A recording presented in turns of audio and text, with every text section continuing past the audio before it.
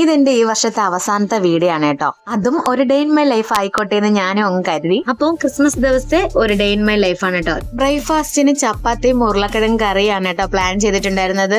അവധി ദിവസം ആയതുകൊണ്ട് തന്നെ കുറച്ച് ലേറ്റ് ആയിട്ടാണ് എണീറ്റിട്ടുണ്ടായിരുന്നത്. പക്ഷെ മക്കൾ രാവിലെ എണീറ്റ് അമ്പലത്തിലൊക്കെ പോയി കേട്ടോ. അതിന് ഞാൻ കുറെ കളിയാക്കുകയും ചെയ്തു. രാവിലെ പള്ളി പോകാനുള്ളതിന് അമ്പലത്തിലാണോ പോയെന്ന് ചോദിച്ചിട്ടുണ്ട്. അവളും കുഞ്ഞമ്മയുടെ മോളും അനിയത്തിയും എല്ലാരും കൂടെയാണ് കേട്ടോ പോയിട്ടുണ്ടായിരുന്നത്. അങ്ങനെ കാപ്പി ഉണ്ടാക്കാൻ അവളും എന്നെ സഹായിച്ചൊക്കെ തന്നിട്ടുണ്ടായിരുന്നു. അങ്ങനെ ഞങ്ങൾ കാപ്പിയൊക്കെ കുടിച്ചു. ആ സെക്ഷൻ പാത്രങ്ങളെല്ലാം കഴുകിയതിന് ശേഷം ഒരു കേക്ക് കട്ട് ചെയ്തിട്ടുണ്ടായിരുന്നു കേട്ടോ. അവർക്ക് ഒരു പ്ലം കേക്ക് വാങ്ങിച്ചു കൊടുത്തിട്ടുണ്ടായിരുന്നു. ഇതിപ്പോ ഒരു ഡാൻസ് പ്രാക്ടീസ് അടക്കാണ് കേട്ടോ.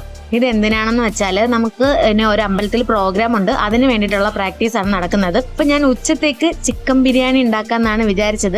ഈ കുക്കറിൽ ഉണ്ടാക്കിയ ചിക്കൻ ബിരിയാണിയുടെ റെസിപ്പി വീഡിയോ ഞാൻ വേറെ ഇട്ടിട്ടുണ്ട്. കാണാത്തവർ ആരെങ്കിലും ഉണ്ടെങ്കിൽ ഒന്ന് പോയി കണ്ടു നോക്കുക കേട്ടോ. നല്ല സിമ്പിളും ആണ്, കൂട്ടത്തിൽ നല്ല ടേസ്റ്റിയാണ്. ഞാൻ ഡിസ്ക്രിപ്ഷനിൽ ഞാൻ വേണമെങ്കിൽ അതിന്റെ ലിങ്ക് കൊടുത്തേക്കാം. ബിരിയാണിയുടെ കൂടെ സലാഡ് ഉണ്ടാക്കിയിട്ടുണ്ട്, പിന്നെ മുട്ട വെച്ചിട്ടുണ്ട്, പപ്പടവും കൂടെ കാച്ചി ഉച്ചത്തേക്കുള്ളത് എല്ലാം സെറ്റ് ആക്കിയിട്ടുണ്ട്. ആ സെക്ഷൻ പാത്രങ്ങളും കഴുകി ക്ലീൻ ചെയ്തിട്ടുണ്ട്.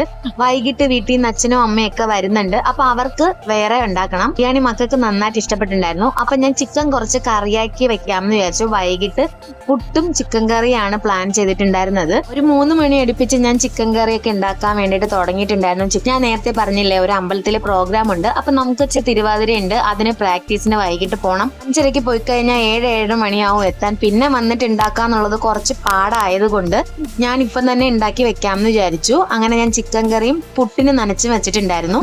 എല്ലായിടവും ക്ലീൻ ചെയ്തിട്ടാണ് കേട്ടോ പോയിട്ടുണ്ടായിരുന്നത്. പിന്നെ ഒരു കുളിയും പാസ്സാക്കി ഞാൻ ഡാൻസ് പ്രാക്ടീസിന് പോയിട്ടുണ്ടായിരുന്നു. പോയിട്ട് വന്നപ്പോഴത്തേക്കും അച്ഛനും അമ്മയും അനിയനും അനിയന്റെ ഭാര്യയും ഒക്കെ ഉണ്ടായിരുന്നു. അനിയന്റെ മോൾ എന്റെ കൂടെ ഉണ്ടായിരുന്നു കേട്ടോ. അവക്കും ഉണ്ട് ഒരു ഡാൻസ്. അപ്പൊ അവളെയും പ്രാക്ടീസിന് വേണ്ടിയിട്ട് കൊണ്ടുപോയിട്ടുണ്ടായിരുന്നു. ഉച്ചത്തെ ബിരിയാണി കുറച്ച് ഇരിപ്പുണ്ടായിരുന്നു. ആരണിക്ക് ബിരിയാണി ഭയങ്കര ഇഷ്ടമാണ്. അപ്പൊ അത് അമ്മയ്ക്കും ആരണിക്കും കൂടെ ആയിട്ട് ഞാൻ കൊടുത്തിട്ടുണ്ടായിരുന്നു. അപ്പൊ അവരതിരുന്ന് കഴിച്ചു.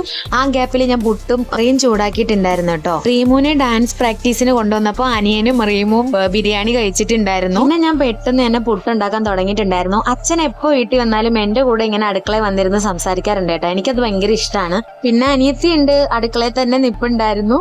ഞാൻ വന്നപ്പം തന്നെ 8:30 മണി കഴിഞ്ഞതുകൊണ്ട് പെട്ടെന്ന് പുട്ടുണ്ടാക്കി ആദ്യത്തെ പുട്ട് അച്ഛന് തന്നെ കൊടുത്തു. അച്ഛൻ എന്റെ അടുത്ത് സംസാരിച്ചോണ്ട് അടുക്കളയിൽ ഇരുന്ന് തന്നെ കഴിക്കുന്നുണ്ടായിരുന്നു കേട്ടോ. പിന്നെ എല്ലാവർക്കും കാപ്പിയൊക്കെ കൊടുത്തു. വീട്ടിൽ നിന്ന് അമ്മ ആട്ടിയ മാവ് കൊണ്ടുവന്നിട്ടുണ്ടായിരുന്നു. അപ്പൊ അതൊക്കെ മാറ്റി ഫ്രിഡ്ജിലൊക്കെ വെച്ചു.